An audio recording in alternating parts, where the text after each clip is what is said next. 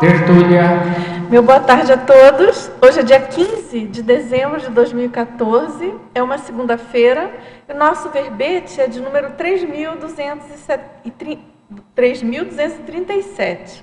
Tem 7 páginas, tem 49 logias e 23 máximos. E o tema de hoje a ser debatido é a interação interioridade-exterioridade da especialidade interassistenciologia.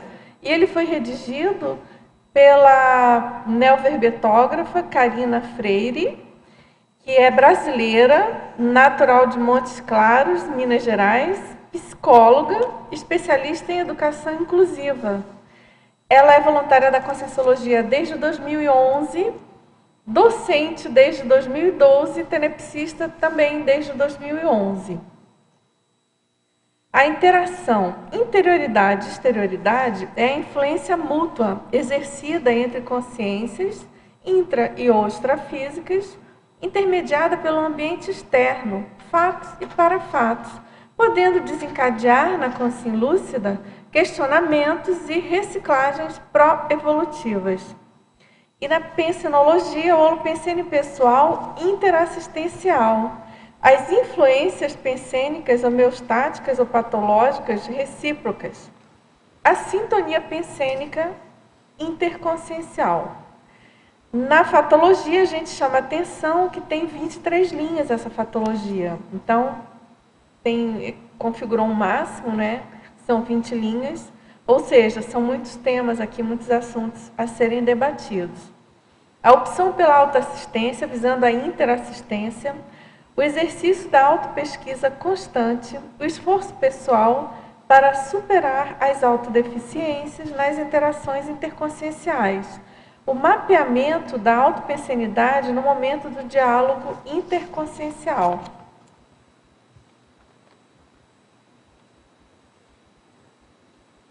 A indiferença evolutiva, a resistência ao autoconhecimento predispondo à irresolução dos conflitos íntimos. O alinhamento da realidade interna da consciência com a realidade externa pessoal. A interassistencialidade promovendo a evolução e a reciclagem intraconsciencial.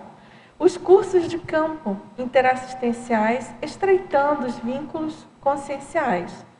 E na parafatologia, a interrelação multidimensional consciente, a descoberta da sinalética parapsíquica interassistencial, a intuição extrafísica sobre certa circunstância existencial, o desassombro gradativo nas interações com as consciências patológicas, a prática da interassistencialidade como principal estímulo na superação das parapatologias conscienciais, o fenômeno da projeção lúcida, proporcionando os diálogos marcantes com as consciências. Aqui no detalhismo também a gente destaca, tem 16 máximos e 26 sessões. E na argumentologia, nós chamamos a atenção que tem uma taxologia com 11 fatores relacionados à qualificação das interações interconscienciais e os respectivos contrapontos. E na remissiologia, nós destacamos o antagonismo loco interno, loco externo, a interação evolutiva, interassistencialidade, interconscienciologia, interdependência evolutiva. E na frase enfática, a evolução se faz nos contatos interpessoais, favorecidos neste século XXI pelo aumento populacional da Terra, momento ímpar para priorizar relações interconscienciais altruístas. E na questionologia, no teste de avaliação pessoal pela escala de 1 a 5, em qual nível você se situa quanto à motivação íntima para a autoqualificação das interações conscienciais? Já identifica e emprega as oportunidades mesológicas para reciclar algum traço dificultador? E aqui na filmografia específica nós temos 3 fontes, na bibliografia específica 7 fontes. Agora vamos à mega-análise, feita aqui pela equipe da Enciclossápias, professoras Marilene Raganin, Pilar Alegre e Socorro Frazão. Diálogo, influência, abertismo, cosmovisão, interrelação. Comunicação, desembaraço, parasintonia, reciprocidade, discernimento. Questionamento, intraconsciencialidade, extraconsciencialidade, interassistenciologia, parapercepciologia. Autopesquisologia, extrafisicologia, interaciologia, conviviologia, proexologia. Agora, professora Karina, a gente já tem aqui as perguntas dos teletertulianos, mas eu queria que você comentasse para a gente da sua motivação, seu interesse por essa abordagem, né? Que é tão rica, assim, tão interessante. E conta aí para a gente como é que foi a sua motivação para escrever o verbete, seu primeiro verbete, não é isso? É, o primeiro. Sobre justamente esse tema. Uhum. Primeiro, então, boa tarde a todos. Bom, a motivação para escrever sobre a interação, em parte, ela veio, né, do resultado das minhas experiências enquanto psicóloga, de todas as reciclagens que eu fiz, o aprendizado, né, que eu obtive para bancar o processo. E a outra parte veio também das minhas experiências desde que eu conheci a Conscienciologia. Então, a partir do voluntariado, da TENEPS, né, da docência, a minha compreensão sobre a interação, ela ampliou. Então, a partir da Conscienciologia, eu pude compreender um pouco mais como que a energia pode influenciar nessa interação, como que essa interface com a multidimensionalidade, né, qual que é a influência disso nas nossas interações, o próprio conceito de autopesquisa. Espero ter conseguido passar isso no verbete. Ah, certamente. Ficou muito bom o seu verbete. Obrigada. Agora, Karina, você então atua em clínica, em psicologia? Você tem consultório? Não. Eu tenho 10 anos de formada. Desses 10 anos, os últimos 5 anos, eu trabalhei na psicologia social. Né? Mas já trabalhei em APAI, já tive consultório, já trabalhei na escola. Psicologia social totalmente dentro, né, desse ramo da interação, claro. Isso. Mais coletiva, né? Isso. E fora o meu processo também de terapia pessoal, né, que o próprio curso da Conscienciologia, da psicologia, requer esse preparo para a gente dar conta de fazer assistência, né? Claro. Então, já foi uma boa prévia para a sua chegada na Conscienciologia, sim, né? Sim. Então, esse tema tem mais ou menos 11 anos, né, que eu estudo, que eu observo, que motivou, né, a estar fazendo a psicologia para entender melhor como que ocorre esse processo. Muito bacana, muito bom. Obrigada. Vamos lá. Vamos. Na página 30, no final da segunda linha. Como podemos otimizar nosso esforço pessoal para superar as autodeficiências nas interações interconscienciais? Bom, eu vejo que tudo começa pelo autoconhecimento, pela autopesquisa, desse enfrentamento com a gente mesmo primeiro. Então, tem a autoqualificação, que é onde a gente vai mapear a nossa pensenidade, procurar entender melhor os nossos pensamentos, os nossos sentimentos, as reciclagens que a gente precisa fazer. A partir disso, a gente já entra numa condição de superação dessas autodeficiências, que isso certamente vai qualificar a nossa interação. Né? As melhores possibilidades de autoconhecimento está no processo da interação interconsciencial. Eu penso que é por aí. Concordo com você.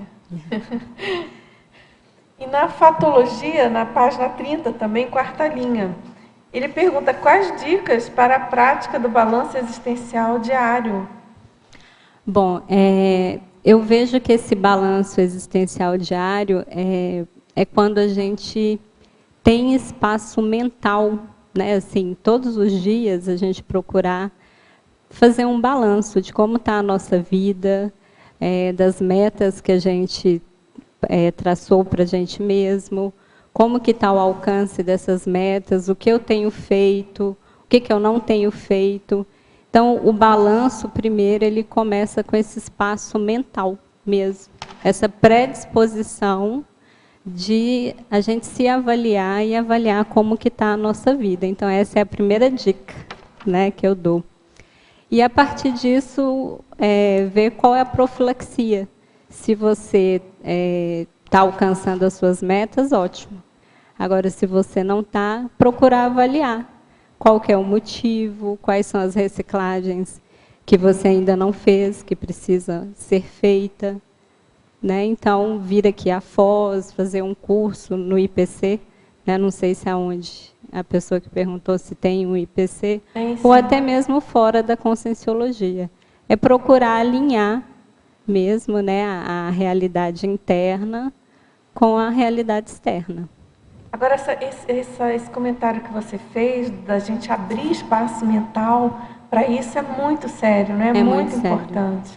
É o primeiro passo, é a reflexão, é o questionamento.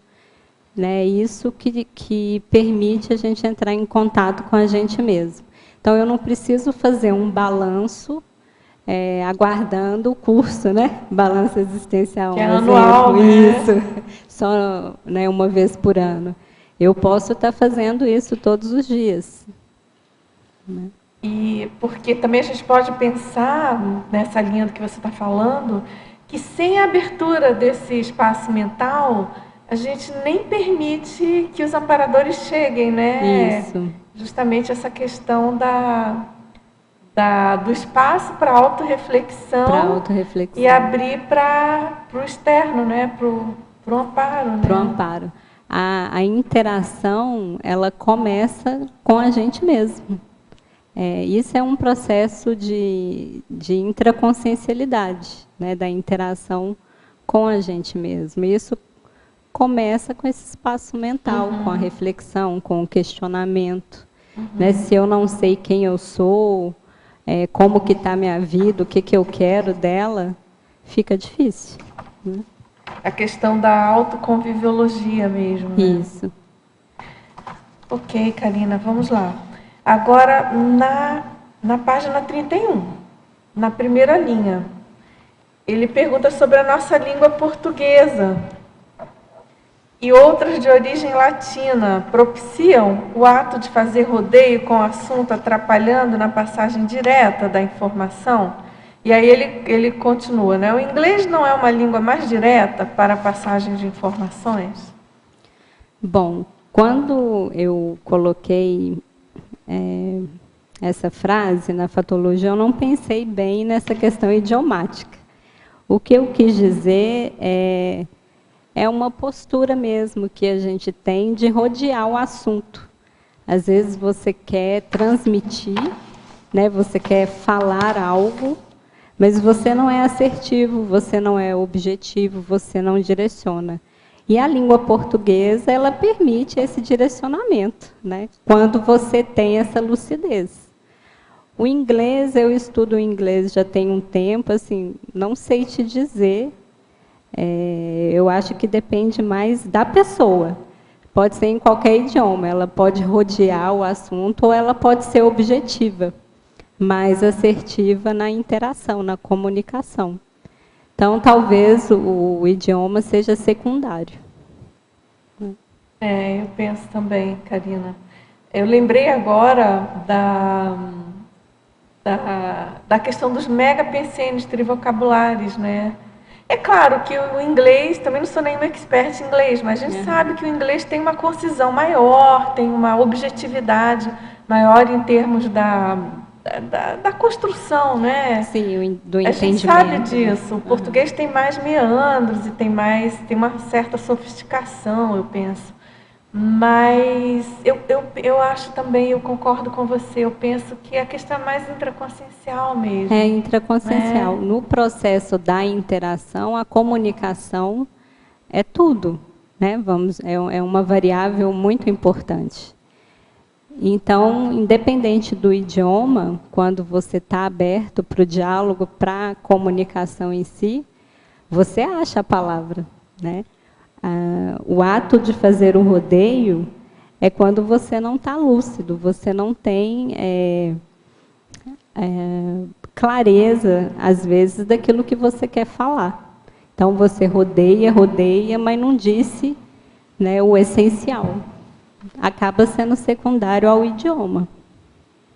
Agora, nesse caso, que você pensa também, essa questão do rodeio, a pessoa também faz isso porque ela não está, de fato, buscando uma interação com o outro?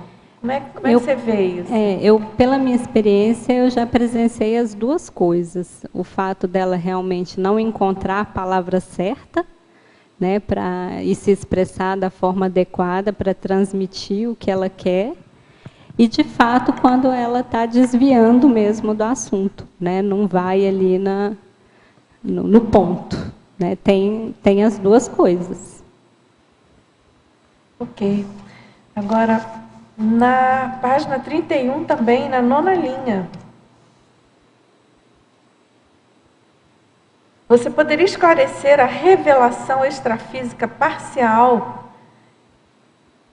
do elenco... Eu falei parafatologia?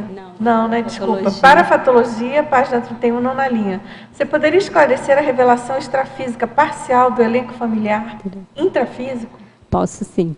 Bom, isso foi uma projeção que eu tive, de uma certa forma até uma projeção vexaminosa, mas é o seguinte, quando eu conheci a Conscienciologia e estudando, né, os conceitos, o conceito de restringimento, às vezes eu ficava indignada, né? Como assim a gente estuda, tem um curso e aí ressoma, a gente esquece, né? Que esse restringimento não está legal. Pensava assim.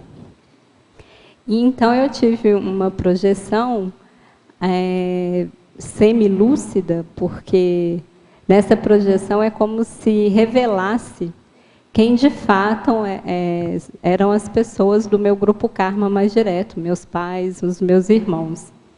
Então, eu lembro que eu falava assim, mas é isso? É isso? E com um tom assim, de decepção, de surpresa, mas assim, eu não sei, né, direito quem de fato são, mas só a ideia de entrar em contato com isso, com aquela realidade, eu fiquei bem angustiada, sabe? Então, o aprendizado que eu tiro dessa projeção foi isso: o restringimento ele é necessário. Isso tem a ver com o meu grau evolutivo, né? Então, eu preciso do restringimento também para evoluir.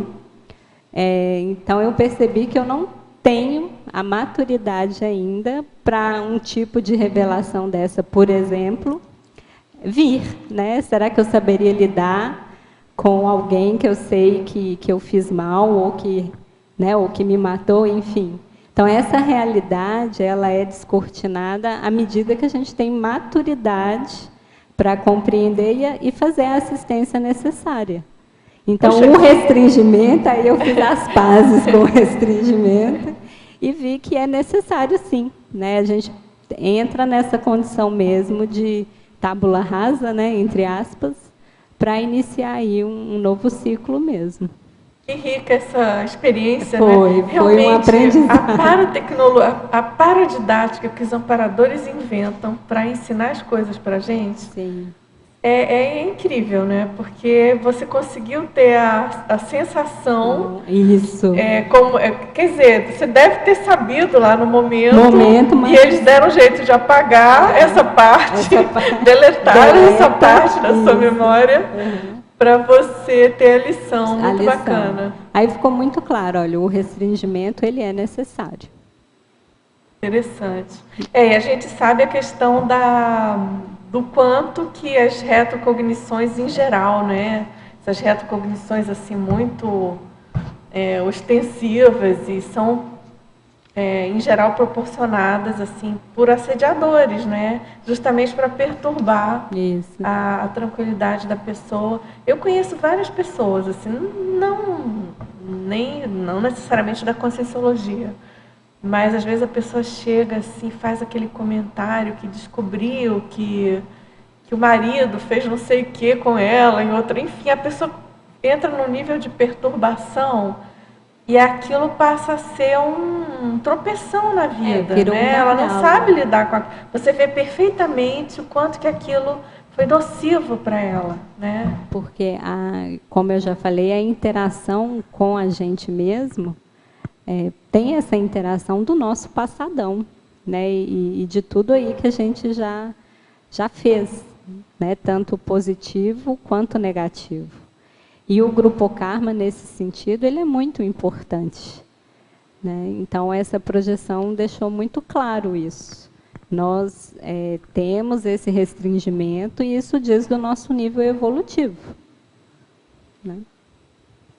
Agora, em paradoxologia, na página 32, Karina, ele pede se você poderia exemplificar o paradoxo da independência íntima, interdependência interconsciencial. Sim. Bom, o paradoxo independência íntima, interdependência interconsciencial é o seguinte. A interação, quando ela se dá com a gente mesmo e até mesmo com as outras consciências, o ideal é que nós tenhamos a nossa independência íntima. O que eu chamo isso?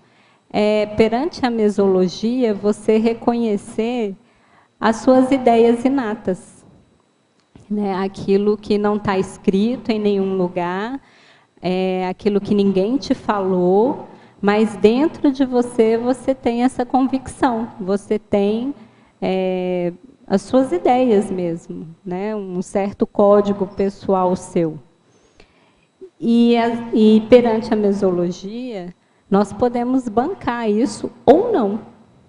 A mesologia, quanto à cosmoética, ela é neutra. Então, ela pode favorecer, né, as reciclagens e a execução da proexis ou não. Então, eu acho que isso tem a ver com essa independência íntima, né, de valorizar essas ideias inatas. Ao mesmo tempo, ninguém evolui sozinho, que aí vem a interdependência interconsciencial. Nós fazemos parte de um maximecanismo, mas cada um de nós representa uma engrenagem. Então, tem uma interdependência, né, de uma certa forma. Sozinho, a gente caminha, mas no grupo é mais rápido. Então, ter esse posicionamento, igual eu cito aqui na Principiologia, é o princípio do seu posicionamento pessoal, quanto à sua realidade íntima, os seus objetivos, as suas ideias inatas, de você saber sobre os seus pensamentos, os seus sentimentos, e ao mesmo tempo saber que isso faz parte de um mecanismo maior, né, de uma interdependência. Não sei se ficou claro. Eu penso que sim, clareou bem. Acho que você deu um bom exemplo. Essa questão, por exemplo, a gente vê isso facilmente em algumas crianças, na verdade. A criança super nova, jovem, bem, e que já com algumas iniciativas, né? Que, por exemplo, entre irmãos, a gente não vê, não observa, né? Você percebe que realmente é específico. E, no entanto, a interdependência ali, dela necessitando, né, da família, dos cuidados, do grupo. Então, a gente... É um paradoxo bem sério esse. Nós não somos totalmente independentes, né? Temos que ter essa visão íntima nossa, mas isso está ligado a um mecanismo maior. Agora, na sindromologia, na página 33, no final da penúltima linha, você poderia comentar a síndrome da interiorose e a relação disso com o tema do verbete? Sim. Bom, a síndrome da interioriose nós percebemos de várias formas em relação ao contexto do verbete, que é a interação. São exemplos, pessoas bairristas que às vezes moram 20, 30 anos num mesmo bairro, numa mesma rua, e se você conversa com ela para talvez um dia ela sair daquele local, ela, não vou sair, eu nasci aqui, a minha família é daqui. Então, você vê que tem uma intrafisicalidade muito ainda impregnada em relação ao local, ao bairro, à rua. Tá certo? Então, a interação, se você tem possibilidades de expandir, né, de estar mais aberto, não só a lugares, mas a outras consciências, do ponto de vista evolutivo, é positivo, né? Então, se você defende o seu bairro, a sua rua, a sua cidade, e não enxerga nada além disso, você não está predisposto a expandir a sua interação. Você ainda está muito preso àquele pensamento, àquele holopensene, àquele tipo de relação, aquelas pessoas somente, né? Chega a ser uma zona de conforto. Ali você domina, está tudo certo, é o mesmo caminho que você pega para ir para casa, é o mesmo que você pega para ir para o trabalho, você já sabe quem são as pessoas que estão ali, então está tudo certo, né? Não tem muito conflito, não tem crise, não tem nada novo. Então, eu vejo a interioriose assim, do ponto de vista da interação. Quando eu morava no Rio, antes de vir morar em Foz, e é tão interessante você ver a diferença de abordagem das pessoas, assim, vizinhos, né? Essa coisa de bairro, e é muito diferente numa cidade grande e numa cidade pequena. E aí, não que eu acho que seja tão melhor assim, nesse sentido, uma cidade grande, mas porque a cidade grande tem aquela outra coisa também, né? Principalmente no Rio de Janeiro. As pessoas, a gente se vê, a gente se esbarra, vamos nos encontrar, e a gente se esbarra na praia e nunca ninguém se encontra com nunca ninguém, é muito difícil você agendar e de fato ter um contato assim mais íntimo, né? Então, eu acho que não é questão de qualidade, mas é uma questão de característica, né? E que aí a gente tem que cuidar para não cair nessa questão da interiorose no caso de cidade menor, né? Eu sou mineira. Da mesmice, né? Isso, Eu sou mineira, né? Então, a gente vê muito isso na cultura de Minas, né? Essa interioriose mesmo, assim. Esse tradicionalismo de você reforçar mesmo a cidade onde você está. Nossa, eu não quero sair daqui, eu não vou sair daqui. Não está aberto, né, a interagir, talvez, com outras pessoas, outras culturas, ou passar um período numa outra cidade, ver. A interação, ela predispõe contato com realidades diferentes da sua, né? É o ideal, não só naquele ambiente ali que você domina. Então, está aberto a pessoas com níveis totalmente evolutivos, totalmente diferentes do nosso. E se você está nessa interioriose, você não está aberto, você não expande. Exatamente, fica ali no grupinho, né? Isso. Quer perguntar, Marta? Sim. Karina, parabéns pelo verbete. Obrigada, Marta. Na página 31, parafatologia, nós temos aqui na 8ª linha, de cima para baixo, você coloca a plasmagem da consciex mal intencionada influenciando no contato extrafísico. Você poderia explicar um pouquinho? Sim, posso sim. Bom, quando eu fui liberada para a docência e quando dei o meu primeiro CIP, estudando para as aulas e tudo, foi o período que eu mais tive projeção lúcida, entendendo de fato o que é a projeção, né? Isso dentro das minhas possibilidades de lucidez. E no início, chegava com muito medo ao extrafísico, né? Sem saber realmente com o que eu vou me deparar e muito ainda com aquela carga que a gente tem do extrafísico que a mídia coloca, né? De fantasma, consciências desfiguradas, que, sei lá, vai cortar o cordão e eu não vou voltar, com toda essa priorismose mesmo que a gente tem. Então, dessas projeções, quando eu me deparava com essas consciências plasmadas, de início eu já retornava para o corpo, porque o medo já te impede qualquer contato, né? Sim. Seja ele com uma consciência patológica ou não. Então, isso serviu para mim de exemplo e foi muito didático. Nas próximas projeções, quando eu já percebia uma consciência que utilizava dessa plasmagem, eu já não ficava com tanto medo. Então, eu já olhava, procurava ver, mas está estranho, né? Você não é assim, já conseguia ter um diálogo. E, inclusive, numa dessas projeções que eu tive, como eu já te contei, houve uma plasmagem da minha cachorrinha de estimação. E aí, no momento que eu fui entrar em contato com ela, eu disse, mas isso está estranho, isso não é a Duda, né, minha cachorrinha. E eu vi que era uma consciência mal intencionada. Então, eu já pensei, exterioriza energia.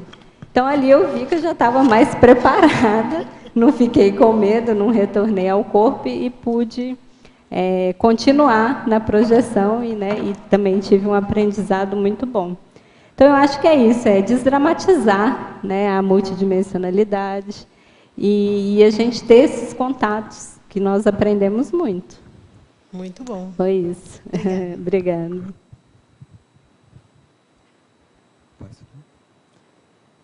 Então, professora Karine, na página 32, na Interaciologia, segunda linha,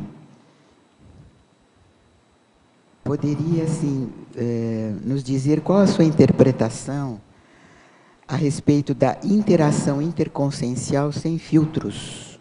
Sim. A interação interconsciencial sem filtros é quando, no processo da interação, tem algum filtro que não está funcionando. Por exemplo, no momento de surto, né, um surto emocional. E aí você diz coisas, enfim, você tem uma postura de porão, né, consciencial. Então, nesse momento da interação, o seu filtro ali do discernimento, da racionalidade, do discernimento, da reflexão, ele está comprometido. Então, ali você não utilizou esse filtro para poder interagir, para poder falar, para poder se comunicar. Outro exemplo, quando nós estamos numa condição mais de casca grossa, né, energética, você entra num ambiente que ele é absorvedor, né, de energias, e você não percebe isso. Você está ali interagindo e não tem essa percepção. E, às vezes, sai daquele ambiente com repercussão, com dor de cabeça, né? Normalmente, a gente vê muito isso. Então, aquele filtro ali, seu energético, o entendimento, né, do que você pode fazer, qual manobra você vai utilizar, ali não está funcionando, você não teve lucidez disso. E tem outros exemplos também. Uma pessoa em surto devido a substâncias, né, psicoativas. Ali não teve o filtro do discernimento, muitas vezes imaginação, delírio, está tudo junto, né? Na psicologia a gente fala que o surto psicótico é o inconsciente a céu aberto. Então, não está filtrando nada, está passando tudo. É nesse sentido. Muito obrigada. Não. Karina, é Vera Rocha, sua colega do IPC. Ei, Vera. Tudo bem? Primeiramente, eu gostaria de te parabenizar pelo verbete, Obrigada. pela a densidade assistencial colocada aí nesse verbete, tá? Obrigada, Vera. E pela a clareza das ideias. Você está Obrigada. realmente de parabéns. Obrigada. Agora a pergunta. Em fatologia, a quarta linha de cima para baixo, você diz a prática do balanço existencial diário. Você poderia, por gentileza, comentar como que você faz essa prática do balanço existencial diário? Posso sim, Vera. A ideia da prática do balanço existencial diário é você encontrar na sua rotina, no seu dia a dia, espaço mental mesmo, né? Para quem ainda tem a dificuldade de ter um local adequado, preparado para estudo, você pode começar com espaço mental. E o que seria esse espaço mental? É você fazer um balanço mesmo do seu dia, de como que está a sua vida, de como você está, dos seus questionamentos sobre você e o mundo ao seu redor. Começar a preocupar com isso. Os seus projetos, as suas metas, se você está conseguindo, se você não está, se está longe, o que você precisa reciclar, o que você precisa alcançar, ou o que está proativo.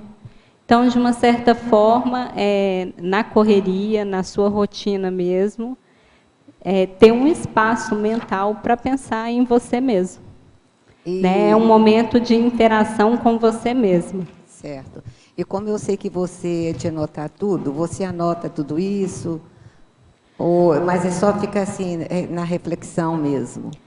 Bom, não, assim, às vezes eu anoto, mas após o período da TENEPS, que aí às vezes eu tenho as percepções ou então projeções, e esse balanço ele é um solilóquio. Eu acho que a escrita potencializa, se puder, claro, é bom que é um registro, né? Certo. Faz parte. A gente não pode confiar só na memória. Isso. Karina, ainda voltando agora lá na parapatologia, ainda voltando que a questão lá dos ataques extrafísicos, eu vou te perguntar, a ressaca energética intrafísica ocasionada pelo contato extrafísico patológico. Sim. Bom, como que e depois o ataque extrafísico gerando repercussões no soma. Eu queria que você conjugasse esses dois tipos de ataques aí, me falasse, porque eu estou bem recente na TENEPS, agora que eu vou completar 6 meses, eu tenho tido bastante ataque extrafísico, então parece que você tem se saído muito bem, ou se saiu muito bem. Né? No princípio, quando logo você entrou no IPC, eu gostaria que você me desse umas dicas aí. Bom, Vera, esse ataque eu consegui perceber melhor num processo de projeção mesmo, né, iniciando aí a docência. Então, eu vejo que o primeiro passo, pelo menos assim, numa situação dessa de ataque, na minha experiência, foi trabalhar com energia. O que eu tenho feito isso. Então, de pronto, me veio, exterioriza energia. E o medo, ele passa a ser secundário, né? Quando você consegue ter essa lucidez no momento do ataque. E quando a gente não tem, o que já aconteceu comigo também, a repercussão que causa é você acordar angustiada, é você acordar com dor de cabeça, você acorda com ressaca, assim, você acorda com mal-estar, né, daquele contato extrafísico que você teve. E eu acho que é natural, nós vamos ter projeções assistenciais, homeostáticas, que eu também cito aqui, que nós vamos acordar revigorados e vamos passar por projeções em que vão ocorrer esses ataques. E que é natural, é a forma como a gente vai lidar com isso que é o diferencial. Se a gente pode estar fazendo assistência né, o ideal, a postura ideal. Então, numa outra projeção também que eu tive, eu já consegui acolher a consciência, conversar. E o ideal, Vera, é se você pode encaminhar, né, se você tem essa lucidez do ataque, encaminhar essa consciência para a TENEPS. Eu faço isso a hora que eu acordo, começo a trabalhar bastante energia, procuro entrar em contato com as pessoas assim, com quem tem mais afinidade aqui no CIAEC, e às vezes entro em contato com as centrais extrafísicas, sabe? Eu faço isso. Mas numa dos ataques extrafísicos, acho que eu tive um pouco de lucidez, porque eu falei assim, eu posso morrer, mas eu não deixo de fazer TENEPS. Eu falei 2 vezes. Então, de uma certa forma, eu tive um pouco de lucidez, porque eu me posicionei, né, firmemente. Sim. Falei 2 vezes, eu posso até morrer, mas eu não vou deixar de fazer TENEPS. Sim, E não vou deixar de fazer TENEPS. Me ocorreu agora uma situação assim também. Quando eu estava estudando projeciologia, nossa, foi bem didático mesmo. Então, teve uma projeção também onde eu me posicionei, né? Eu acho que o assediador ele não quer perder a presa, né? E aí você tem que se posicionar em relação à sua escolha, a conscienciologia, era num momento de virada, né? A docência. E então, nessa projeção eu coloquei, eu quero ser docente, eu vou ensinar a conscienciologia, eu não quero ser assediadora mais, então eu lembro que eu falava isso claramente para a Consciex. Então é se posicionar mesmo, eu acho que você está certíssima. Na docência não tive problema nenhum, o problema mesmo é só na TENEPS. Docência foi tudo muito tranquilo. Mas é isso, né? Se posicionar, se manter firme, faz parte, né? Faz parte. Mas é importantíssimo o seu posicionamento, realmente. Não, estou firme, vou continuar firme. Agora, vamos lá? Fazendo TENEPS. E não é ótimo? Karina, você podia explicar aqui na... Você ligou o microfone? Liguei. Para cima. Está ligado. Karina, na crescendologia, na segunda linha, o instinto velado e emoção trabalhada, sentimento expressado e razão empregada. Você podia dar uma esclarecida para a gente? Sim, posso sim. Bom, muitas vezes atendendo, e até mesmo a gente, né?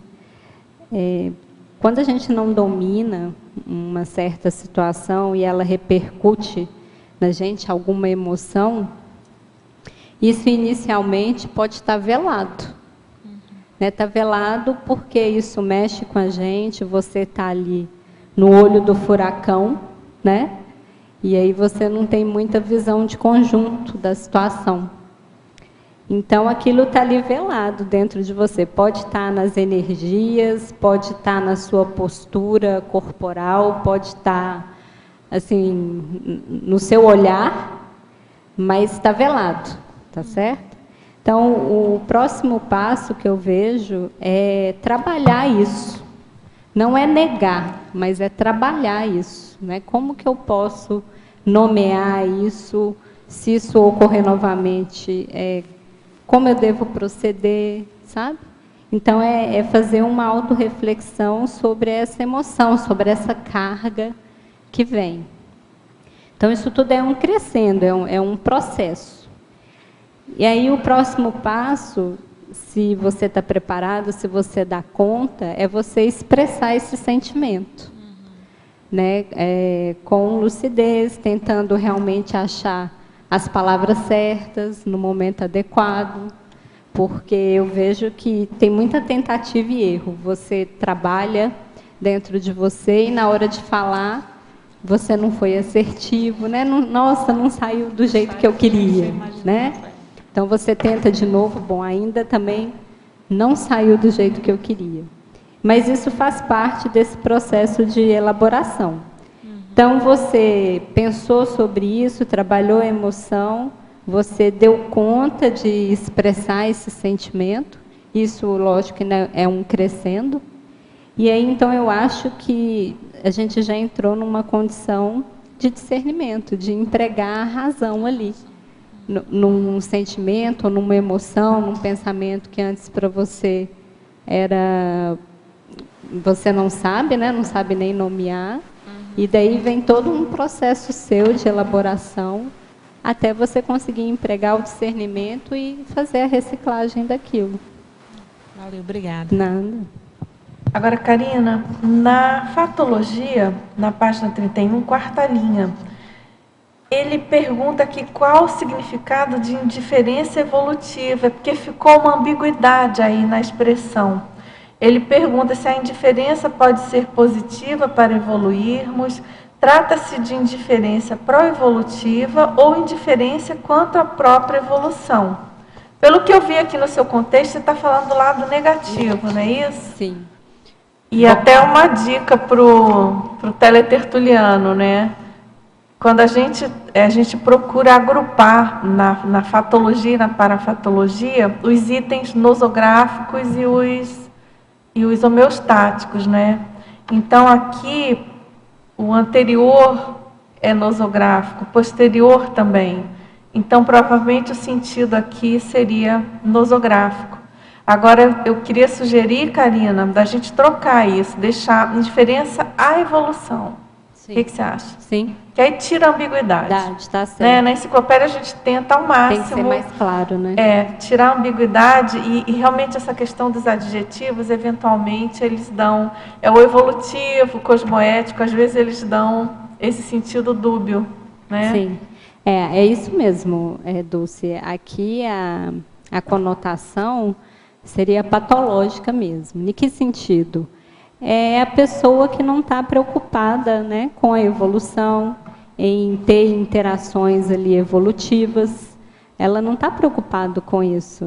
Ela ignora, né, alguns princípios, por exemplo, o princípio de cada qual responder evolutivamente pelos próprios atos. Então, é uma indiferença em relação à evolução mesmo. Ela não se preocupa com isso. A conotação é essa. Tá. Agora, na sétima linha, aí também na fatologia, ele pede se você pode exemplificar o modo mais comum de distrato interconsciencial. Sim. O distrato interconsciencial, ele pode vir, a pessoa passa e você vira a cara. Né? Pode vir de um bom dia que você não dá, você não cumprimentar a pessoa, tá certo? Até o distrato mais grosseiro, mesmo de palavras erradas, né? De xingar a pessoa. Enfim, é uma postura anti-interação. Né? Você não começa... pelo menos uma interação homeostática, já distratando uma outra consciência, seja ela uma consciência ou uma consciex, ou até mesmo um animal subhumano. Né? O distrato aqui é para qualquer consciência. Então, é isso.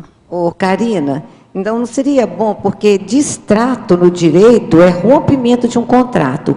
Nesse sentido aí que você está falando, não seria destrato e não distrato? Porque eu já tenho gente perguntar isso aí. Seria bom a gente consultar isso aí no dicionário. O distrato mesmo... Você olhou no dicionário? O distrato mesmo vem dessa questão do maltrato mesmo, né? Da deseducação. Mas eu acho que seria bom conferir aí. Confere para a gente aí, por favor. Destrato, porque o distrato é mais empregado no direito. Não, mas tem acepção também. Tem essa acepção também? Tem. São duas acepções, né? Então tá. Aí tem essa também. Então tá. E você quer complementar? Quer falar mais alguma coisa do distrato? Não, acho que é isso. Tá. Agora, na efeitologia, na página 32, primeira linha. Pode exemplificar o efeito halo nas interrelações conscienciais? Posso sim. Esse conceito do efeito halo, ele foi criado por um psicólogo durante a Primeira Guerra. E o que é esse efeito halo? Ele é a influência das primeiras impressões. Né? Por exemplo, eu conheço uma pessoa e eu tenho uma impressão positiva daquela pessoa. Então, essa primeira impressão, ela tende a continuar nas outras impressões que eu tenho dessa pessoa. Então, Se ela, por exemplo, é bonita, eu vou associar isso à inteligência, a sucesso. Ou se ela fez uma coisa bem, eu acho que tudo que ela faz, também ela vai se sair bem. Então, eu acho que o que isso tem a ver com a interação? Nós temos que entender melhor a nossa percepção, né? A gente precisa analisar melhor essa percepção. Às vezes, a gente usa esse efeito halo mais do que a gente pode controlar, né? Então, tem que estar atento, a gente precisa pensar acerca da nossa percepção, desconfiar da nossa percepção. Então, a primeira impressão, ela pode ficar, mas não quer dizer que a pessoa ela é assim, só porque a minha primeira impressão foi essa. Então, isso na interação é muito comum. Às vezes, a gente já cria uma empatia de cara ou uma antipatia de cara. E deixa ali, às vezes, de evoluir naquela interação, de conhecer melhor aquela pessoa. Tá certo? Então, esse efeito halo é nesse sentido, da gente procurar analisar melhor essa primeira impressão, né? Tentar aprofundar no mecanismo que está agindo em relação à nossa percepção das outras pessoas e dos lugares onde a gente interage. Agora, na antagonismologia, no final da 4ª linha, você pode explicar a deseducação relacional? Sim. A deseducação relacional, ela é o antípoda da diplomacia. Então, muitas vezes, a gente não se preocupa com as palavras, o momento, tá certo? No calor ali da emoção, você já quer falar, mas não está olhando o ambiente, se é a hora certa de falar, fala no calor das emoções, não espera a poeira abaixar. Então, é uma interação que, às vezes, ela vai para o ralo, pela postura, pelo momento, ou você não checou ali como você está. Tomar certos cuidados quando se trata de uma relação, de uma interação, de uma outra consciência mesmo. O diplomata, ele vai avaliar isso, ele não vai cometer gafes quando se trata da interação com uma outra consciência. Agora, vamos voltar aqui à questão da palavra distrato, que eu fiquei aqui pensando, eu acho que vai ser melhor com mesmo, porque porque o distrato interconsciencial, ele pode ocorrer, né, no sentido de você cortar relações interconscienciais, não tá incorreto, vamos dizer assim. Não, sim. Mas eu penso que para o que você queria dizer com verbete, aí você que vai decidir. Tá. Com vai ficar mais dentro do que você queria, que é você tratar mal alguém. Uhum. Não é? Aí você pensa, tá? Depois a gente define. Define, tá. Tá? Porque certo. pode ser um ou outro, mas eu penso que com vai ficar melhor, como a Vera colocou. Sim. E se relacionou com o que ela explicou agora. Por isso que eu pensei, não, eu acho que é com mesmo. Destratar o outro. Sim.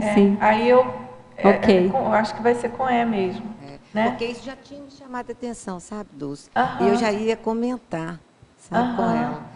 Quer dizer, certo está, não tem nada a ver. Mas a questão do que fica mais ajustado para a mensagem que ela quer passar. Né? São as sutilezas da língua. É verdade. E eu sou muito atenta a essa questão das sutilezas, porque eu também sou formada em letras. Né? Então... Tá ótimo. E você como advogada, não é isso? Mas eu sou formada em letras também e sou voluntária de editados também.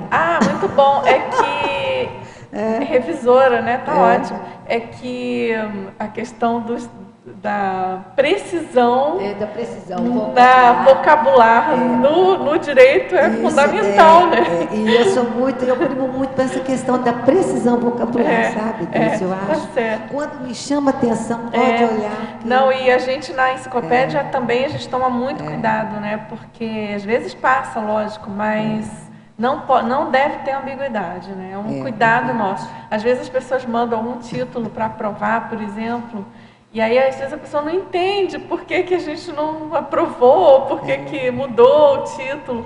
É que não dá para ter ambiguidade, não dá. Você tem que estar assim, claríssimo. É porque gera todo o campo, todo um contexto, né? A palavra, a questão da semântica é importantíssimo. E o nosso assunto é muito complexo, né? A Conscienciologia é muito complexa. Então, se você não esclarece minimamente aí dentro do que é possível pela língua, né? Já vai piorando mais ainda a situação, né? Você quer falar? Quer perguntar? Quero. Karina, em Crescentologia, o último aí, o crescento, interações interconscienciais, mitridatismo e desperticidade. Eu gostei imensamente desse crescendo aí. Claro que está muito claro e tudo, mas eu acho assim, para o Tertuliano e mesmo para o campo multidimensional, se você pudesse explanar um pouco disso, eu acho que seria muito bom. Ok. Bom, esse crescendo, ele diz muito dessa condição da interação mesmo. Você não consegue chegar à desperticidade e nem ao mitridatismo se você não interagir. É o primeiro ponto. E a interação aí, ela é com qualquer consciência de qualquer nível evolutivo. Então, a desperticidade, ela é exclusivamente prática. Né? Você não vai ser desperto se você ainda está numa condição de fechadismo ainda. E eu estava pensando também na questão do autoassédio, heteroassédio e grupos de consciência e consciências assediadoras. Então, eu vejo que esse terceiro estágio é o mais difícil, né, de você superar. Então, sim, quando entra grupos assim de consciência e consciências assediadoras, esse é o maior desafio que a gente tem. Que a gente tem, pois é. Então, é esse crescendo mesmo. Então, começa com a interação, é o primeiro ponto.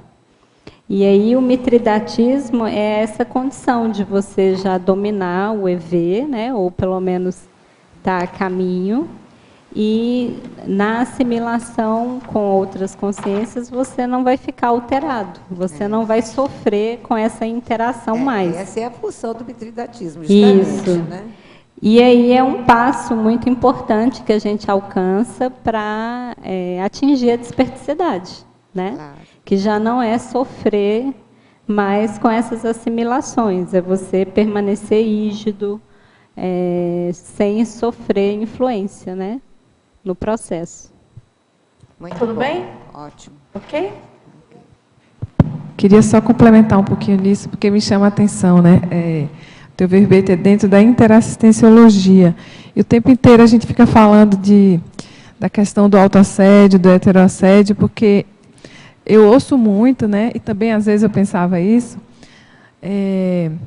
da pessoa conseguir essa evolução, e cada vez que ela conseguisse a evolução, ela ia ficando, vamos dizer assim, mais livre dessas coisas desagradáveis, né? E algumas amigas minhas me falam isso, mas como que vai ressomar esse tanto de consciência desse jeito ainda no planeta? O planeta não vai virar um planeta escola? Eu falei, mas daqui para lá tem que suar a camisa, gente, não é assim. Tem que interagir muito. E o tempo inteiro você está falando e eu estou lembrando da fala dessas pessoas, né? Então, assim, é arregaçar as mangas, né? É interação. E é isso que o teu verbete está trazendo, sim, né? Sem interação não tem evolução. Uhum. Né? Inclusive essa interação desagradável. Isso, inclusive. Tanto é que o verbete ele é neutro, né? A interação ela pode ser homeostática, positiva, causar na gente questionamentos, reciclagens, ou não, né? Você pode não estar aberto, está tudo certo, não tem questionamento, e não, né, fica ali naquela zona de conforto involutiva, vamos dizer assim. Agora, Karina, na parafatologia, na terceira linha, você poderia ampliar a descoberta da sinalética parapsíquica interassistencial? Sim. Na minha experiência, essa descoberta ela é um crescendo também, né, do domínio do parapsiquismo, quando a gente se predispõe a fazer a TENEPS, quando você se predispõe a dar aula. Então, são ambientes aonde você, pelo menos para mim, eu consigo perceber melhor como é essa sinalética, né? Como é esse processo, como ele funciona, e sempre num contexto interassistencial, né? A gente não vai criar uma sinalética se ela não tiver, ela é um meio para alcançar um fim que é o quê? É a assistência. Então, é a gente se gabaritar, descobrir essa sinalética para a gente poder melhor assistir. Então, eu vejo que essa descoberta, ela se dá na prática, na interação, né? Nessas interações assistenciais. Eu desconfio de algumas, mas ainda não posso bater o martelo.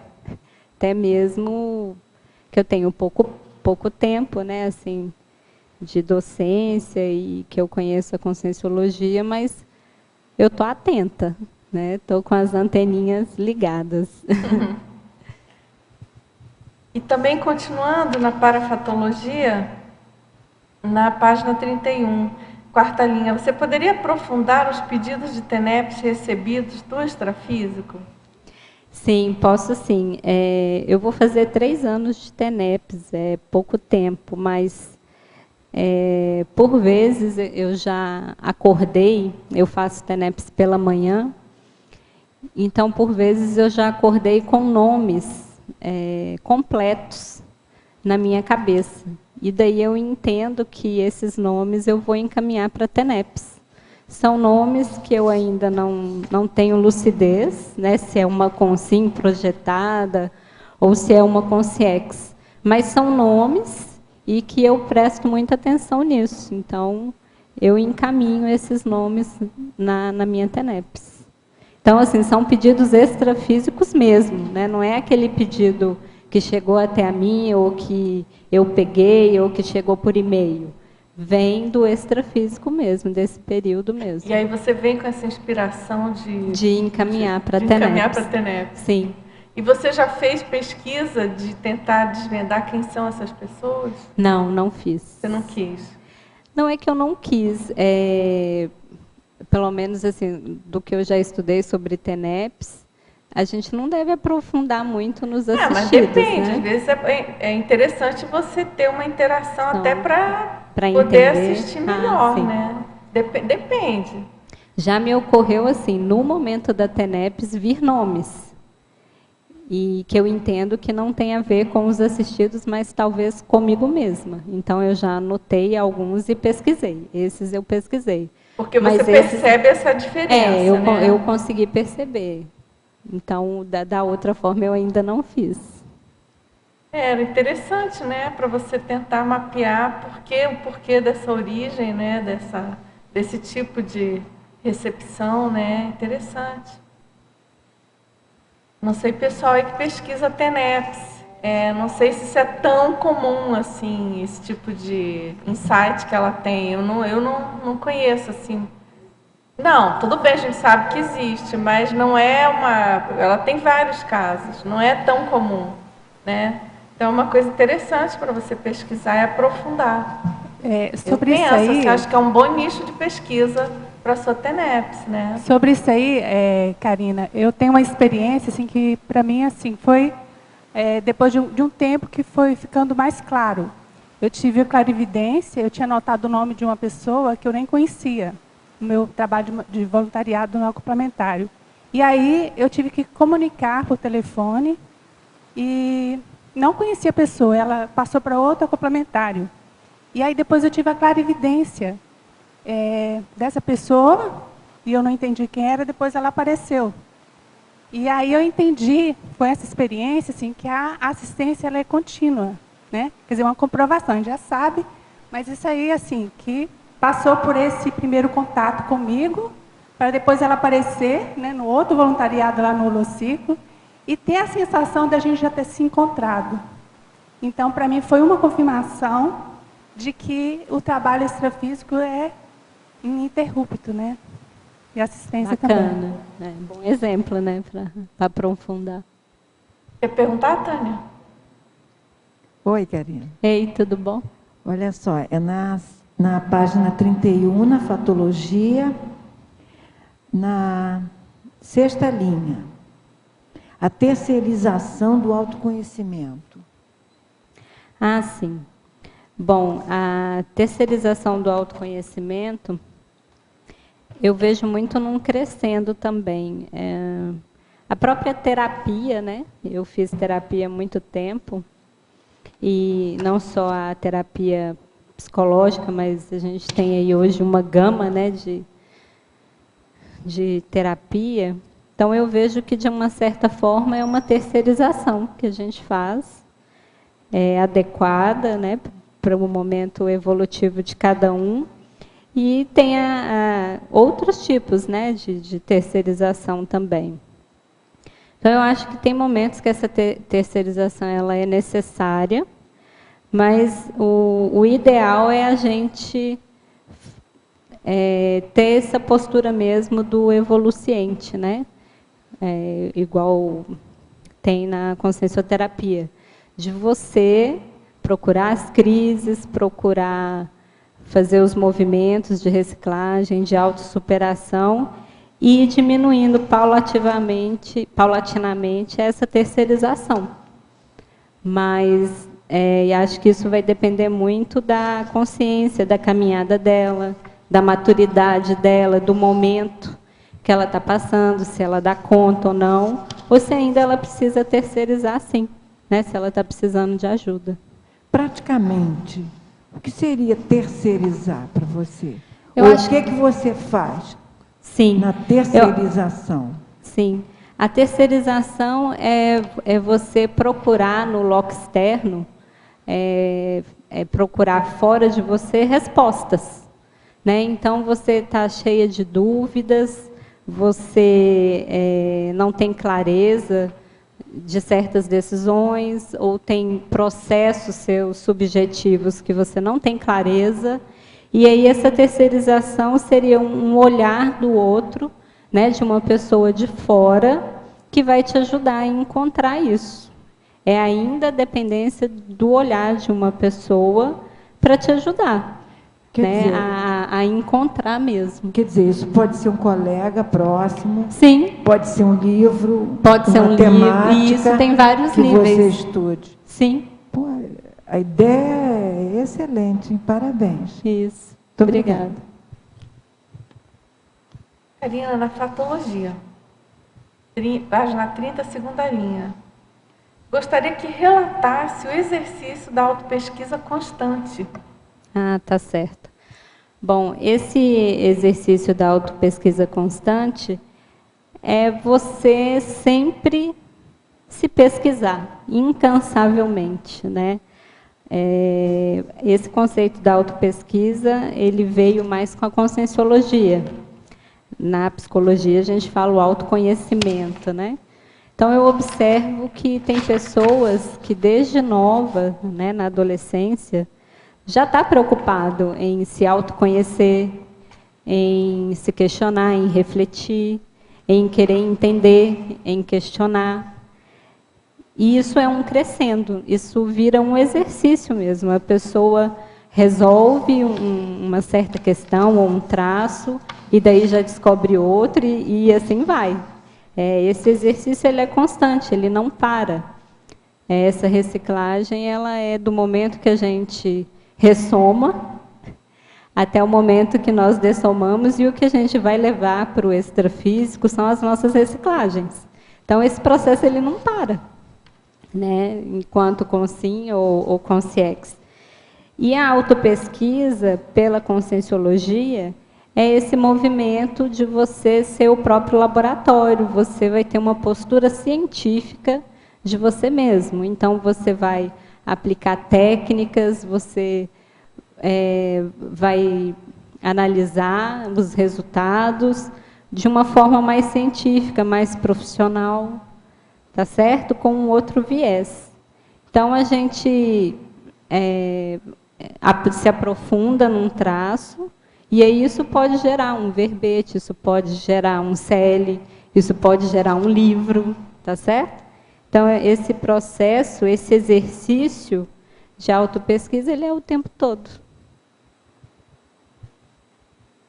Agora, na fatologia, página 30, quarta linha. Você poderia desenvolver sobre os questionamentos íntimos sobre si mesmo e o mundo ao redor? Sim. Por vezes, parar para pensar, eu vejo muito daquelas perguntas óbvias. Quem eu sou? De onde eu vim? Para onde eu vou? O que eu vim fazer? Tá certo? Desde nova, isso me incomodava um pouco. E eu via que muitas pessoas, às vezes, não estavam muito preocupadas em saber de onde que veio, ou então faz piada com isso, né?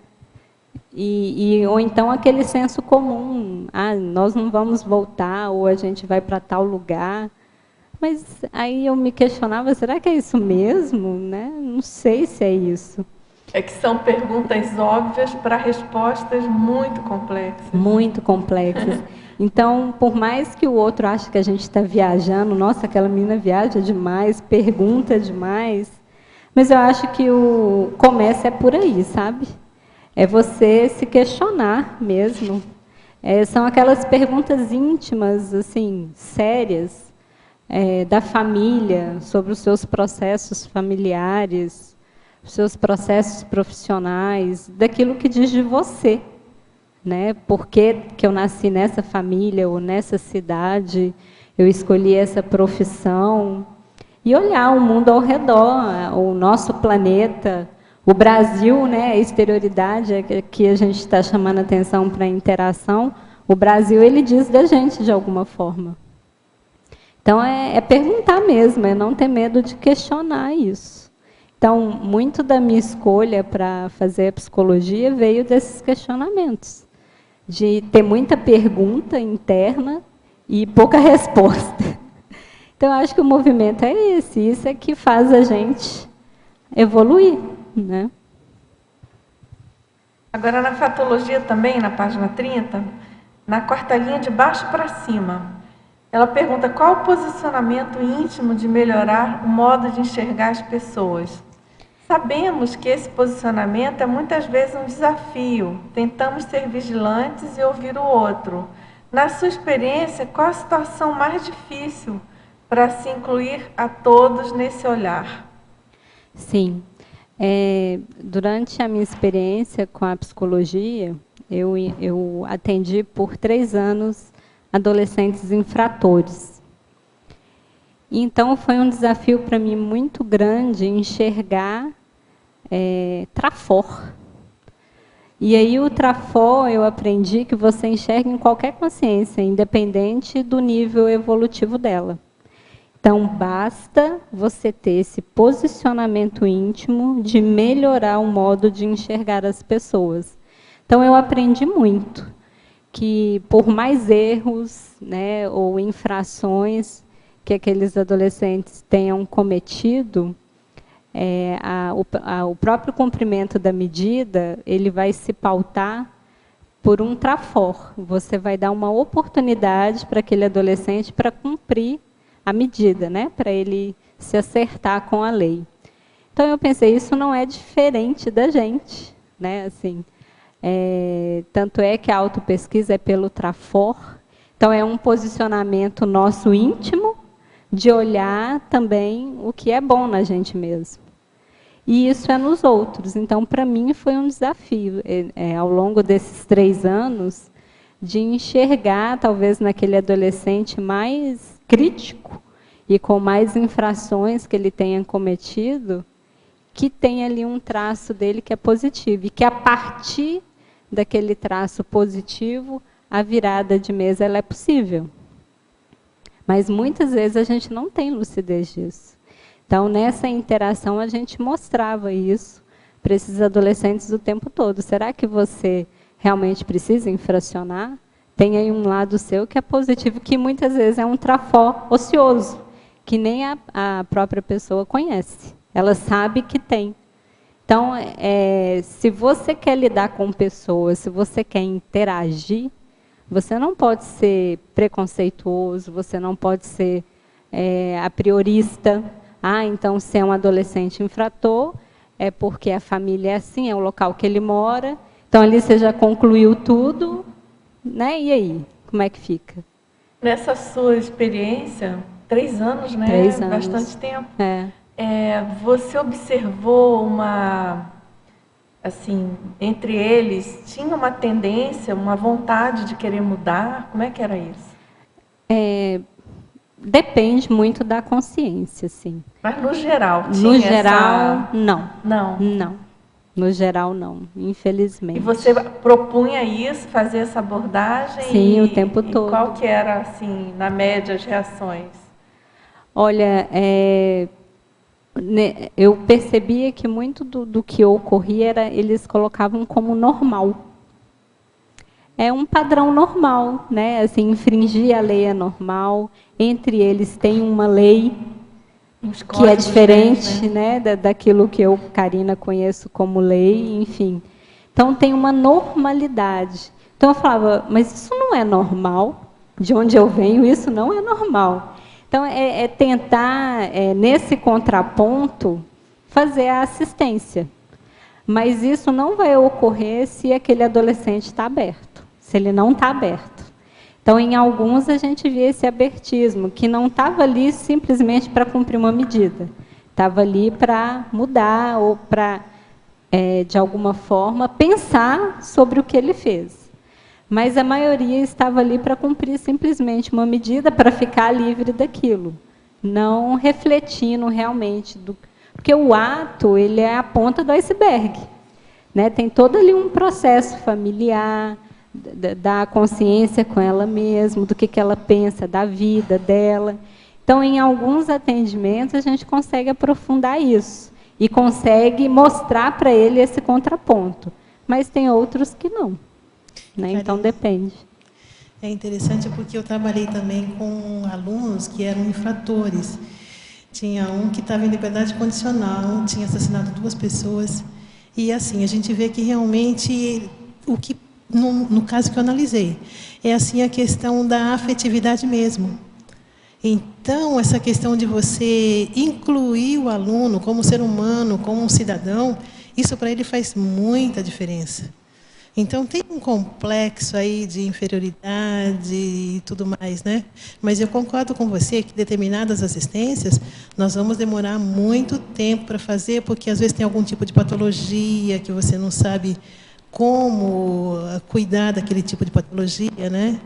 Então, realmente, é um caso bem interessante e bem complexo. Sim. E, na maioria das vezes, predomina a TACOM mesmo. Não é a TARES, né? É a TACOM. E, às vezes, num detalhe, um sorriso bonito, né? Nossa, já falei para um adolescente, você tem uns dentes bonitos, você tem um sorriso bonito, você deveria sorrir mais.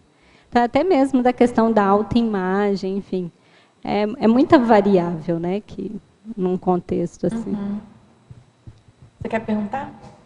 Karina, na página 34, em taxologia, o item 2, autenticidade, eu gostaria que você explicasse para a gente como que foi feita a questão da identificação das ideias inatas e dos talentos evolutivos pessoais complexos, em contraponto à mesologia. Como que isso se deu com você? Sim. Bom, a mesologia ela é neutra, como eu já disse, em relação à cosmoética.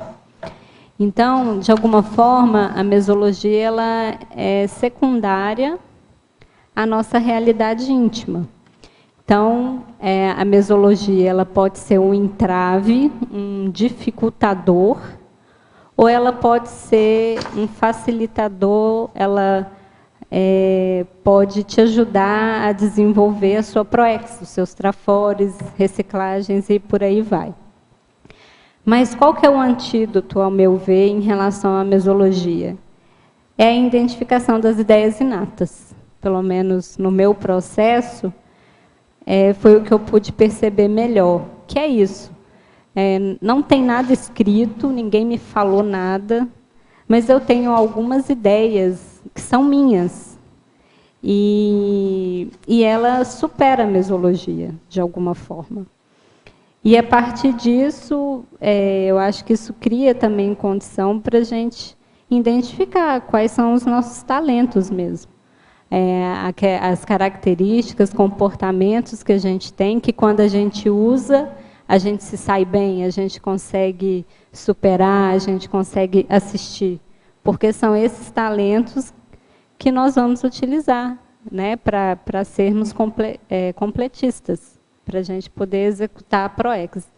Então, a mesologia, ela é difícil, né? Assim, a gente vê muita PROEX indo para o ralo por causa de mesologia. Então, eu acho que um antídoto é ideia inata. É você se conhecer, é você saber o que você pensa, o que você sente, de alguma forma, e também não ficar só na teoria.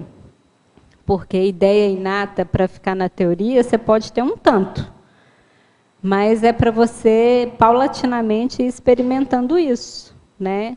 Então, por exemplo, desde nova, eu sempre tive um sentimento de algo a fazer. É isso que eu queria. Então, isso é o quê? Antes de chegar na Conscienciologia, você já tinha essa noção? Eu tinha esse sentimento, né? Então, eu chamava aquilo de missão. Eu tenho uma missão.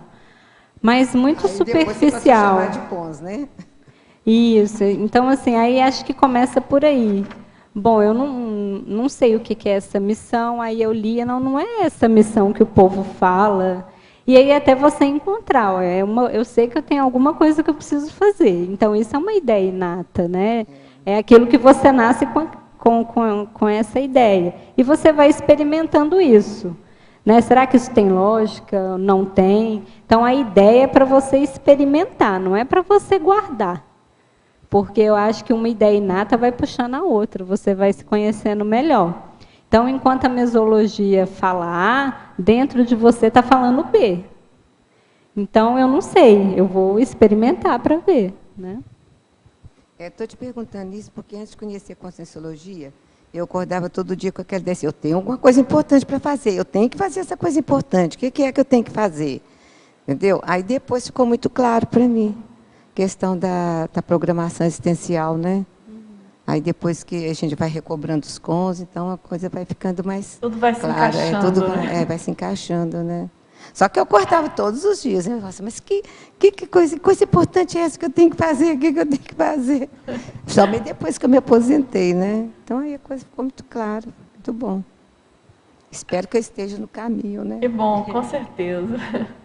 Agora, vamos lá, Karina. Na fatologia, na sexta linha, de baixo para cima, ela pede para você comentar as suas experiências sobre o fato de as energias falarem o não verbalizado. Ah, sim. Então, por vezes, você está irritado, você está nervosa, numa condição mais desequilibrada, e aí você chega, as pessoas dizem, está tudo bem? Tá. Como é que você está? Não, estou bem e tal. Mas aí, para quem já tem uma certa percepção, vê que você não está bem, que você está diferente, que você está estranha. Então, teve um dia no IPC que foi bem bacana isso. Eu não estava bem nesse dia. E aí, quando eu cumprimentei um voluntário, ele olhou para mim, me cumprimentou, tudo bem? Eu, tudo. Né? Mas, assim, não aprofundei, não conversei. E aí, depois ele me chamou, virou para mim e falou assim, você não está bem. Vem cá que eu vou fazer um arco voltaico em você. Então, ele viu que eu realmente não estava bem, foi pelas minhas energias, né, de alguma forma. Não tem como a gente velar isso. Né? A energia realmente, ela condena, ela fala, ela mostra, né, da sua realidade intraconsciencial. Então, ele fez o arco voltaico, a gente conversou um pouquinho, e daí eu melhorei. Aí eu estava mais coerente com aquilo que eu falei. Então, às vezes, a energia ela mostra as nossas incoerências. Você fala que está de um jeito, mas a sua energia está de outro. Né? Ou ao contrário também. Você está bem, está homeostática, mas também não está empregando isso, não está transparecendo isso. Então, foi um fato que ocorreu lá no IPC que foi bem bacana. Muito bom. Ele olhou assim. Ótimo. Depois ele veio e falou, você não está bem, senta aí que eu vou fazer um arco voltaico. Pode fazer. Então, foi bem didático. Agora, Karina, na parafatologia, no final da segunda linha, Você poderia contar a relação entre o fenômeno da clarividência e o tema do seu verbete? Sim.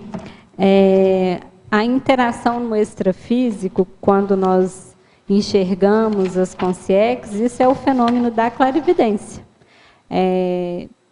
Para mim, quando eu estudei sobre a clarividência, eu achava que era nessa condição intrafisicalizada e que aí que isso acontece, né? Que você vê a consciência. Mas esse fenômeno também ele ocorre no extrafísico. Ali você está utilizando os seus para-olhos. Então, na interação no extrafísico, a clarividência também ocorre. E na fatologia, 7ª linha, ela pede para você comentar o foco no loco interno na tomada de decisões. Certo. Bom, o loco interno também foi um psicólogo que criou esse termo. Loci em latim significa lugar. Então, o ideal, num momento crítico, num momento de tomada de decisão, de escolha que você precisa realizar, o loco interno é que é o ideal. Você vai se banalizar, você vai direcionar as suas escolhas, focando na sua interioridade. Né? Você depende de você, da sua escolha, do seu esforço pessoal, da sua reflexão. Enfim, é um mergulho mesmo na sua subjetividade no momento de você tomar a decisão. Então, de alguma forma, a mesologia, a exterioridade, um ambiente, ele sempre vai ser, sempre não, né? A tendência é ser secundário à nossa realidade íntima. E a gente, é tão comum isso, né? Às vezes a pessoa tem que tomar uma decisão, ela pergunta de todo mundo o que as pessoas acham. E não para refletir, para analisar. A gente se baliza no outro, espera o dia adequado, fazer sol, o ano adequado, o mês adequado. Ainda está muito condicionado à crítica ou à aprovação do outro, né, de alguma forma, nessa dependência da bênção, né? Não, eu escolhi isso, então eu te apoio, vai. E, na verdade, nesses momentos críticos de tomada de decisão, o loco interno é o ideal. É claro que é ótimo poder contar com a ajuda de amigos, de você pedir opinião, conselho. Lógico. Isso é uma coisa, né? Mas a decisão em si, a escolha é sua. Porque para a gente não cair naquele erro de culpar o outro, né? Mas você me falou. E a gente faz isso, né? Depois joga na cara. Mas você me falou que se eu fizesse isso ia dar certo. Então, acho que ter essa lucidez, né? Eu lembrei da expressão popular, Maria vai com as outras. É bem isso, né? Tem gente que não pensa o que ela quer, mas o rebanho está indo para lá, ela vai. Deve ser para ali, né? E aí tem até uma historinha de umas ovelhinhas que todas iam andando e caíam do penhasco. Iam andando e caíam do penhasco. Aí Maria chegou lá, olhou assim, olhou o penhasco e voltou. Aí as outras ovelhinhas acompanharam a Maria, que não caiu no penhasco. É interessante. É um livro infantil. Mas, essa Maria é quente. Essa é boa, essa vale a pena ir com ela. Mas é muito para mostrar assim, ter confiança no nosso posicionamento. Quando a gente se posiciona, o mais sério é bancar a escolha. Às vezes a gente acha que o mais difícil é escolher. Não, é bancar o que você escolheu. Se o que você escolheu foi legal, perfeito. Mas se o que você escolheu não foi legal, você precisa bancar isso. Das duas formas, né? A gente tem que bancar. Mas quando a escolha ela não foi bem sucedida, nós devemos bancar isso da mesma forma. É assim que a gente aprende, tentativa, erro e acerto. Mas você se pautou em você, que é o mais sério. Quer falar, Pilar? Sim, eu queria só voltar um pouco ao toque que a Dulce deu, né? A Dulce deu aquele toque para a Karine. Você já pesquisou isso? Ah, da TENEPS. Isso, porque para quem é tenepsista, conversa com outros, já ouviu muitos desses fatos, mas o toque para ela foi importante, porque ela disse, não, eu não tinha pensado nisso. Então, agora estava se falando como é bom a gente, às vezes, ter um terceiro olho, né? Que põe aquele pontinho para a gente alertar, aquele pontinho de interrogação ou de admiração, para a gente alertar, puxa, isso eu não fiz, né? Posso fazer, e vai melhorar, e vai enriquecer muito o trabalho. Isso é interação, né, Pilar? A Isso interação então, evolutiva. É um exemplo de interação muito sadia. E realmente nós estamos aprendendo a fazer isso. Sim. Nem todos interagem, a gente até já conversou aqui, nesse mesmo nível. Nesse nível de interação que eu, às vezes, não percebo, tem um ponto cego e o outro me abre aquele ponto cego para eu enxergar. Ou então eu abro para o outro, né? E nessa troca todos saem ganhando. Sim. Aqui tá, eu coloquei bem isso na taxologia, no primeiro item, essa condição de abertismo, né? O ato de ser receptivo aos feedbacks e manter a autoestima equilibrada em contraponto ao egão doído. É esse processo nosso de maturidade em relação à crítica também. Mas como aplicar esse abertismo? Abertismo, sim. É viver aplicando esse abertismo. Né? Aprendendo os limites aí.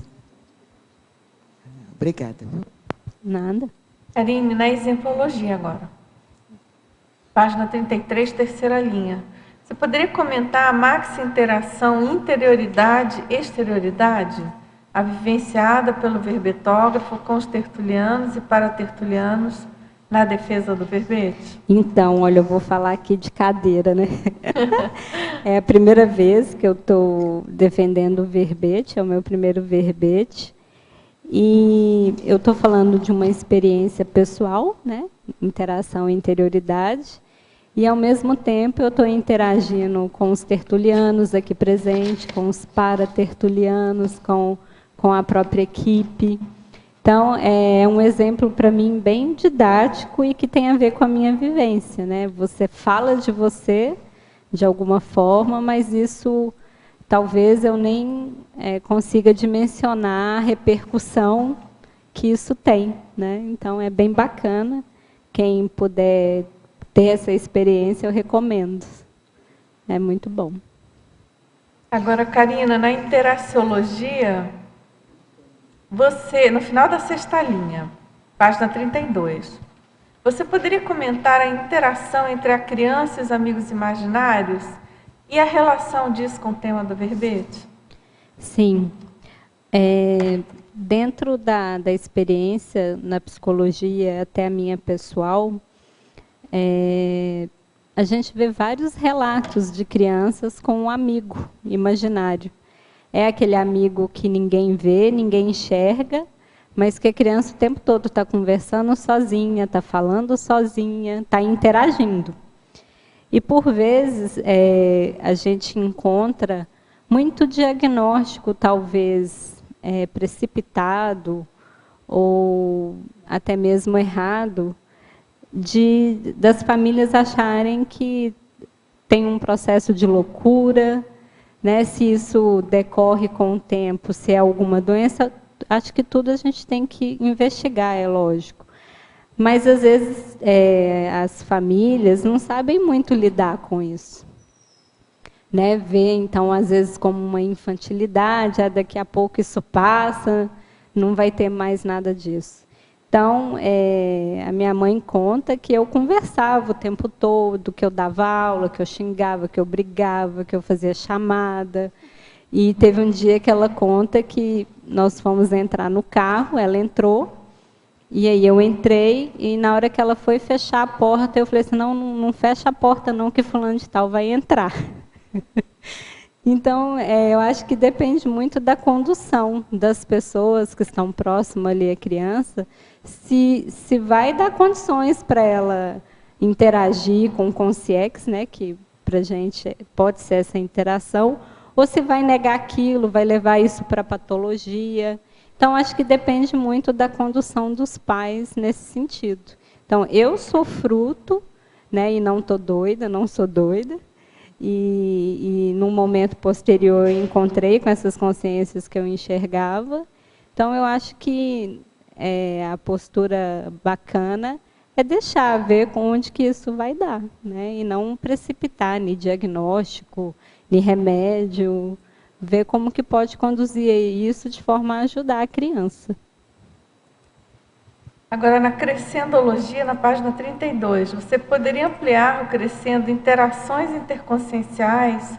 Você já falou, né, Karina? Mitridatismo e desperticidade. Que ela pergunta por que temos tendência para nos esquivar das relações interconscienciais? É o desvio, né? Assim, a gente não quer ter trabalho, né? A gente não quer ser confrontado, a gente não quer ser criticado, a gente não quer ser questionado, a gente não quer se abrir de alguma forma. Mas essa superação, inevitavelmente, todos nós vamos ter que passar por isso. A gente precisa ter o abertismo, nós precisamos da interação. A gente está num contexto evolutivo propício para isso, então nós precisamos da interação para evoluir. Não tem saída, né? Assim, não tem outra forma a não ser interagir. Primeiro com a gente mesma, né? Então, se a gente esquiva do outro, é que de alguma forma a gente está esquivando da gente mesmo. Então, eu repito, né? Na interação assistencial é onde a gente encontra as melhores possibilidades de autoconhecimento, de evolução. Então, nós não evoluímos sem interagir. Ela pede para você comentar a frase enfática. Sim.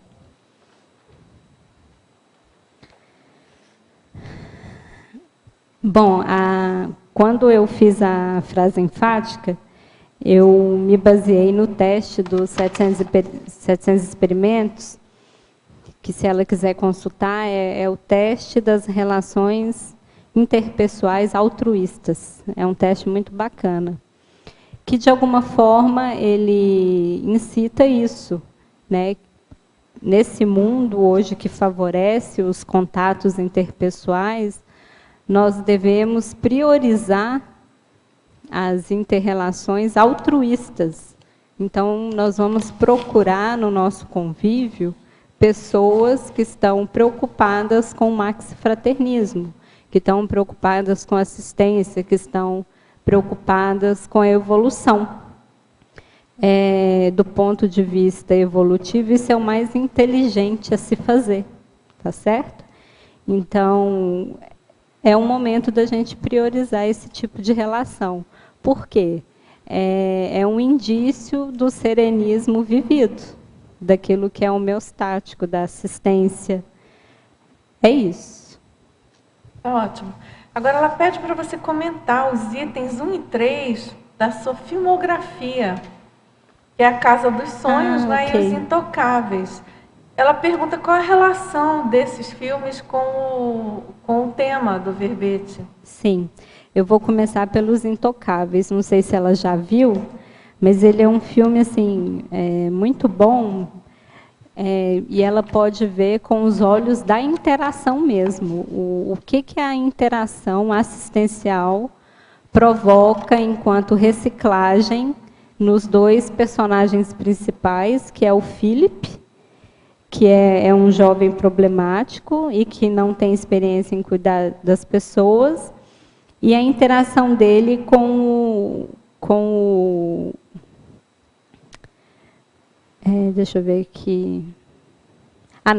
Desculpa. O Philip é a pessoa que é um aristocrata, é um homem rico, ele é tetraplégico. E ele contrata o Driss, que é um jovem problemático, sem a menor experiência em cuidar de pessoas. Então, assim, o filme o tempo todo mostra esse contraponto. Uma pessoa rica, culta, né, com uma vasta intelectualidade, mas que por um erro, um acidente, acho que no ultraleve, isso é uma história verídica também, ele se acidenta e fica tetraplégico. e ele faz uma seleção e contrata esse Driss. Aparentemente, o currículo dele é péssimo, porque ele é pobre, vamos dizer assim, não tem cultura, não tem experiência nenhuma em cuidar, né, das pessoas, mas ele consegue perceber na entrevista, né, ele não deixa, ele controla o efeito halo, né, vamos dizer assim, mas ele consegue enxergar nele uma pessoa que pode ser um bom cuidador, porque ele é forte, porque ele é autêntico, ele diz as coisas que ele pensa. Então, no momento da seleção, já começa aí uma boa dica, né, para a interação. E o desenrolar do filme é muito positivo, porque aí um muda o outro. O exemplo de um ajuda na vida do outro. E é uma história verídica, e ao final do filme tem a foto dos dois. Então, é um filme bem bacana. Tá? Então, a interação evolutiva, ela independe de ambiente, da sua conta, se tem pouco ou muito dinheiro, da sua condição, desde que você esteja aberto. E o outro é o Casa dos Sonhos. O Casa dos Sonhos, ele já mostra mais essa interação com a multidimensionalidade, com as consciex, que é um casal que sai de Manhattan e vai viver no interior dos Estados Unidos. Porém, na casa onde eles moram, ocorre um acidente, né? Não vou falar para a pessoa ver o filme, mas, basicamente, o personagem principal ele começa a ter um conflito se ele está doido ou se ele realmente está enxergando consciex. E aí o filme se desenrola nessa trama mesmo. E aí, no fim, tem uma assistência muito grande, que tanto consciex quanto consim prestam um para outro. Então, também é um tipo de interação bem bacana. Agora, Karina, na parafatologia, ela pergunta como funciona o contato com a comunex de origem e a relação com seu tema. Sim. Isso foi uma projeção que eu tive quando eu fiz pela primeira vez o curso 40 Manobras Energéticas, aqui em Foz. No momento do descanso intrafísico, eu tive uma projeção onde eu visitei uma comunex e eu fiquei muito à vontade nessa comunex, como se fosse realmente a minha casa, assim. E muito feliz, muito...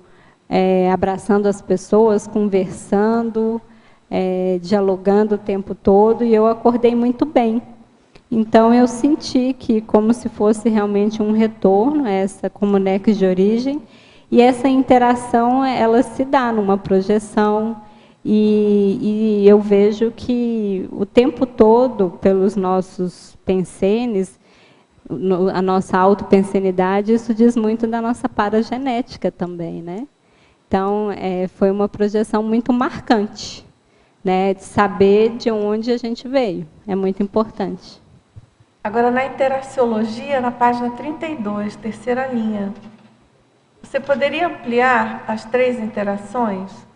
A intrafísico, extrafísico, evolutiva e, a seguir, a interação auxílio interconsciencial, maxi-fraternismo. Sim, a interação intrafísico e extrafísico é quando a gente, o tempo todo, não descarta a multidimensionalidade. Nós estamos com a antena ligada em relação aos fatos da nossa vida. Qual a projeção que você teve que corrobora aquele fato, que você pode interpretar, concluir, né, extrafisicamente falando? Como que é aquele ambiente, as companhias que você pode perceber que ele existe.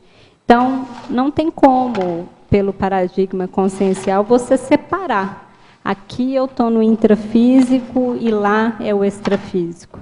Então, o tempo todo a gente ter maior maturidade e lucidez para entender que essa interação ela se dá o tempo todo, né? Basta a gente estar aberto. A interação evolutiva é isso, é essa interação que ela incorre em reciclagem, que ela incorre em questionamentos, que ela calibra o seu ponteiro da PROEX rumo à execução da sua PROEX. E a interação auxílio interconsciencial maxifraternismo é o ponto, eu acho, que todos nós vamos chegar. Né? Se você está preocupado em interagir e em prestar esse auxílio, certamente você vai chegar nessa condição de maxifraternismo. Tá certo? É isso. Muito bem. Muito obrigada aí, Karina. Obrigada. Aguardamos aí seus próximos verbetes, tá certo? Obrigada, obrigada. Pessoal, agradeço a todos a presença aí, tertulianos e teletertulianos. E a gente vai então aos nossos anúncios aqui, tarísticos. Obrigado. As pontuações da tertúlia de hoje são 15 assinaturas no livro de presença, 14 perguntas presenciais e 26 perguntas respondidas online. Hoje nós temos um recado. A Dalva, com o 10º Fórum da TENEPS. Boa tarde a todos. O CAEC convida os teletertulianos e tertulianos para participarem do 10º Fórum da TENEPS e o 8º Encontro Internacional de Tenepsistas, comemorando a primeira década, no período de 19 a 21 de dezembro. E também comemorando, como eu já falei, a primeira década, teremos o lançamento do livro TENEPS, às 19 horas, do dia 20 de dezembro. Em seguida, no período de 29 a 31 de dezembro, teremos o curso Desperticidade. É um curso teórico-prático, objetivando fornecer ferramentas evolutivas para os interessados em atingir a desperticidade. Teremos 3 campos: desbloqueio encefálico, exercício de expansão energossomática e energoduto interassistencial. Os EPICONs serão Moacir Gonçalves e Everton Santos. Não percam, os interessados também poderão entrar em contato com a recepção do CAEC ou através do telefone 45, código de área 3525-2652. Obrigada, boa tarde. Para amanhã, teremos o verbete Autoestima Revigorada, especialidade Autocogniciologia, e a verbetógrafa Jaqueline Assis. Muito obrigado e boa tarde a todos.